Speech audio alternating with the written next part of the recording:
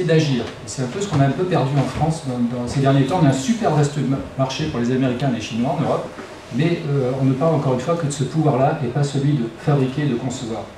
Les Américains, ils ont tout compris. L'Internet, déjà, ils en ont les clés. Tous les sites Internet aujourd'hui fonctionnent avec une organisation qui est aux États-Unis. Si la boucle de main, c'est comme le GPS, ça s'arrête. Ça ne veut pas dire qu'on ne peut pas faire autre chose, mais il faut le savoir, c'est aux États-Unis. Le deuxième point, c'est que, vous avez tous entendu parler de l'affaire Snowden, effectivement, le numérique, le fait que tout le monde ait des équipements connectés, ça permet de faire de la surveillance de masse. C'est un outil. Ça peut être utilisé par différents pays, notamment par les Américains. Les Américains encore, je ne fais pas de l'anti-américanisme, hein. Je décris une méthode de fonctionnement. Les Américains nous ont, pendant la guerre froide, montré avoir le modèle de Hollywood, le rêve américain. Et avec ça, ils ont quelque part gagné la guerre. Ils ont un modèle qui est largement plus envieux que celui qu'avaient les soviétiques. Et donc ce rêve américain de Hollywood, on est en train de nous le redonner dans la Silicon Valley des nouvelles stars. C'est Elon Musk, celui qui envoie une voiture dans l'espace. C'est Bill Gates, bien sûr, le fondateur de Microsoft. Jeff Bezos, vous ne connaissez peut-être pas, mais c'est le patron de Amazon et aujourd'hui première richesse mondiale. Ce sont des gens qui sont des self-made men, des gens qui n'existaient pas il y a 20 ans et qui aujourd'hui sont les plus grandes capitalisations boursières et nous donnent à rêver. Font que notre président dit « j'ai envie que notre jeunesse soit milliardaire ». Pourquoi pas? Dans l'absolu, si eux ils peuvent l'être, on n'est pas moins intelligents plus qu'eux on pourrait. Et le dernier point, c'est que c'est une guerre économique. Parmi les sociétés qui comptent le plus, les plus grandes capitalisations boursières aujourd'hui, il y en a plus de la moitié qui n'existaient pas il y a 20 ans.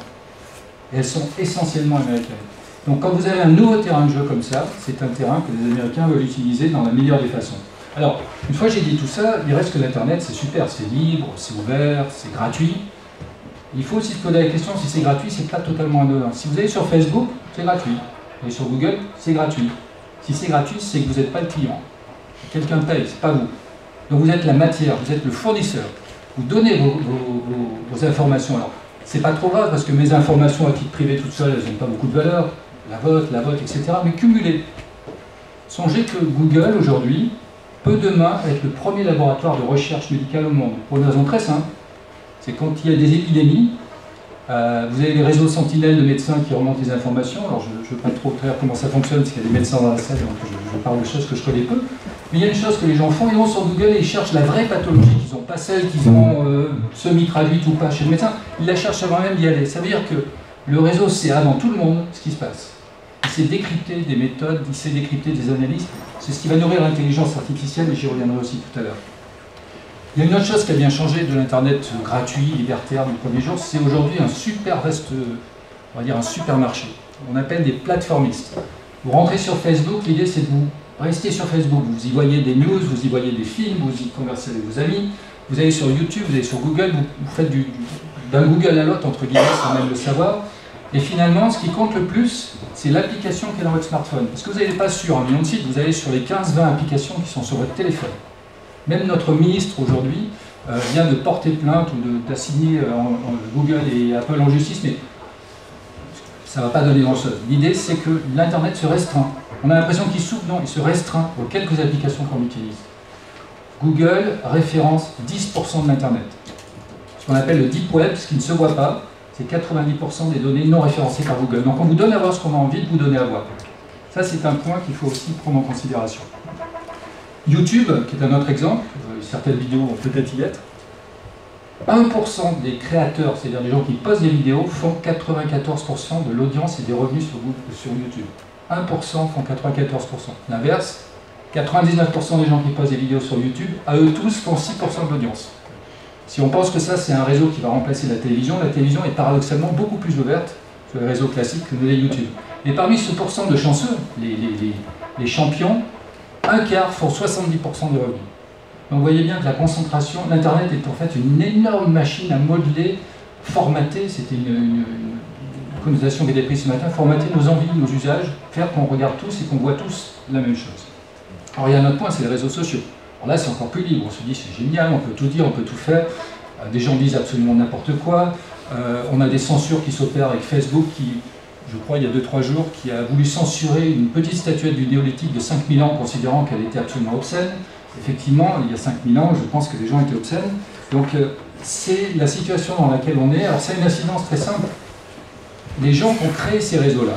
Et si vous si vous aviez quelque part la possibilité de regarder toutes les vidéos qui se font aux États-Unis en anglais, parce que malheureusement tout est en anglais, vous verriez que des gens à l'origine de Facebook, pas Mark Zuckerberg, mais d'autres, se disent ouvertement qu'est-ce qu'on a fait. Parce que ça vous enjoint dans le cerveau humain à aller vers le narcissisme, à aller vers constamment j'envoie une information, j'attends une réponse. Vous avez des phénomènes détectés par des psychologues aujourd'hui, vous avez des vibrations fantômes de vos téléphones, c'est-à-dire vous les sentez vibrer parce que vous pensez que vous aurez une réponse. Donc vous avez des phénomènes comme pour la drogue, où vous attendez une réponse et vous avez une récompense. Et si vous n'avez pas cette récompense, vous avez une frustration. Et ça fait fonctionner des parties du cerveau qui fait que vous fonctionnez plus sur des méthodes créatrices ou autres. Donc bref, ça nous amène peut-être, je rappelle une citation de Pierre Rabhi, qui a dit « il ne faut pas forcément se soucier de la planète qu'on va laisser à nos enfants, mais des enfants qu'on va laisser à notre planète. » Ces gamins-là, quand ils seront comme nous en capacité d'éduquer leurs enfants, je ne sais pas comment ils vont faire. Voilà. Donc c'est juste rester vigilant, mais pas non plus aller contre la modernité. Il faut savoir la comprendre pour pouvoir la dompter et simplement savoir qu'il y a des choses qui sont des business d'ailleurs. Alors, vous avez un autre point, je sais que c'est un sujet qui est cher dans la salle sur tout le monde de la finance, au sens large. C'est comme toute technologie, elle a des fois ses travers et ses bénéfices. Si on regarde l'aspect financier et l'Internet, le trading haute fréquence, qui fait que c'est plus des courtiers, c'est même pas des traders qui passent des ordres, c'est des robots et des machines, c'est plus de 80% des ordres passés en bourse. Et en fait, l'idée, c'est quoi? C'est vraiment des ordres et des contre-ordres. C'est en permanence, vous n'avez même pas 1% de ce qui est envoyé qui est effectivement acquis. Je passe une commande, j'annule, je passe une commande, j'annule. Et à la fin, c'est une chaise musicale, et c'est le dernier qui est là qui paye, entre guillemets. Pour aller vite sur le trading haute fréquence, des gens, imaginons qu'ici, c'est la salle de marché, celui qui a l'appartement du dessus, il vend le mètre carré, la location, une fortune, parce que le fibre est plus rapide que si c'est 2 immeubles plus loin. C'est vous dire à quel point la rapidité d'exécution est l'élément déterminant. Donc, tout ça pour montrer que l'Internet a permis cette horreur qui est la financiarisation maximum. Dans le même temps, la banque en ligne a permis à des gens d'accéder à des comptes bancaires qu'ils n'avaient pas, a permis de réduire les coûts bancaires. En Afrique, tout se fait par des paiements mobiles, parce qu'il n'y a pas de banque. Donc l'Internet est génial de ce point de vue-là. Il a permis à des gens de pouvoir accéder à des services, à pouvoir accéder à des biens et des besoins qu'ils n'avaient pas avant. Par contre, vous avez aussi, dès que vous avez un nouvel espace, vous avez des gens qui se disent, tiens, il y a un truc à faire. Certains ont certainement entendu parler du Bitcoin. Voilà. Je vais vous donner 2-3 chiffres. Et faire regretter que, par rapport aux finances qu'on voyait ce matin, il y a eu des décisions en 2010. Première transaction au monde en Bitcoin. 2010. Achat de 2 pizzas. C'est la réalité dont je vous parle. 2 pizzas, à peu près $40, 10 000 bitcoins. Si la personne, le pizzaiolo qui avait vendu ces 2 pizzas, avait gardé ses bitcoins en 2010, c'est qu'on est en 2018. Aujourd'hui, c'est 10 000 bitcoins, 80 millions de dollars. 10 000, 80 000. Après, vous pourrez dire, ouais, mais on est arrivé au top, au top. Si toute la monnaie en circulation dans le monde, c'est 30 000 milliards d'euros à peu près, était en équivalent bitcoin, on a encore de quoi croître 150 fois la valeur unité bitcoin. Donc, tout ça pour vous dire qu'il y a des terrains, il y a des folies, entre guillemets, des spéculations qui intéressent du monde. Alors, il faut revenir sur Terre, il y a donc un contrôle américain, il y a surtout quelque chose, c'est que, on va dire, ce qui est en cours aujourd'hui est déjà acté. On ne peut pas faire grand-chose, et je vais vous dire pourquoi tout à l'heure sur un certain nombre de domaines, mais il y a un nouveau paradigme qui arrive. Tous nos objets vont être connectés. Aujourd'hui, vous êtes connecté avec votre ordinateur, votre téléphone, mais demain, votre thermostat, votre voiture, votre voiture, absolument tous les objets du quotidien vont être connectés. C'est ce qu'on appelle le machine to machine. Et vous n'y couperez pas, hein, ça viendra avec. Alors ça pose des problèmes de sécurité. Je parlais de la 4e armée. Pour pouvoir, on est plus à portée de clic d'un pirate nord-coréen que d'un missile aujourd'hui, clairement, quand on ouvre tout. C'est des choses que les gens ne prennent pas assez en considération. On a aussi la problématique, c'est que les objets qui nous entourent, qui nous voient, qui nous pressentent, vont générer plus de données privées que nous-mêmes. Parce qu'il y aura 5 à 6 fois plus d'objets que d'humains qui seront connectés.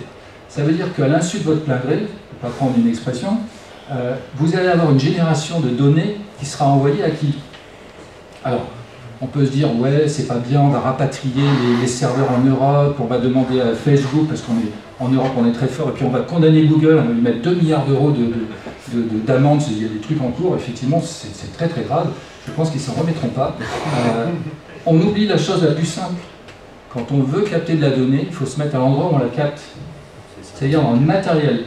Alors l'idée, c'est pas de faire tous les matériels, parce qu'on n'y arriverait pas, on ne peut pas tout produire.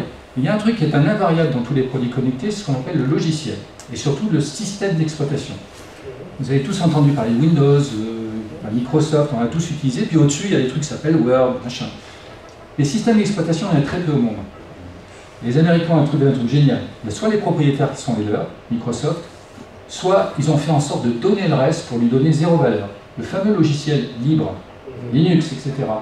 À l'origine, l'architecture vient de l'université de Berkeley. Donc ça veut dire que s'ils veulent demain vous obliger à arrêter ou publier, c'est eux qui ont les clés des copyrights. Alors pourquoi je vous dis tout ça? Et ça a été l'objet de la rencontre avec Jean et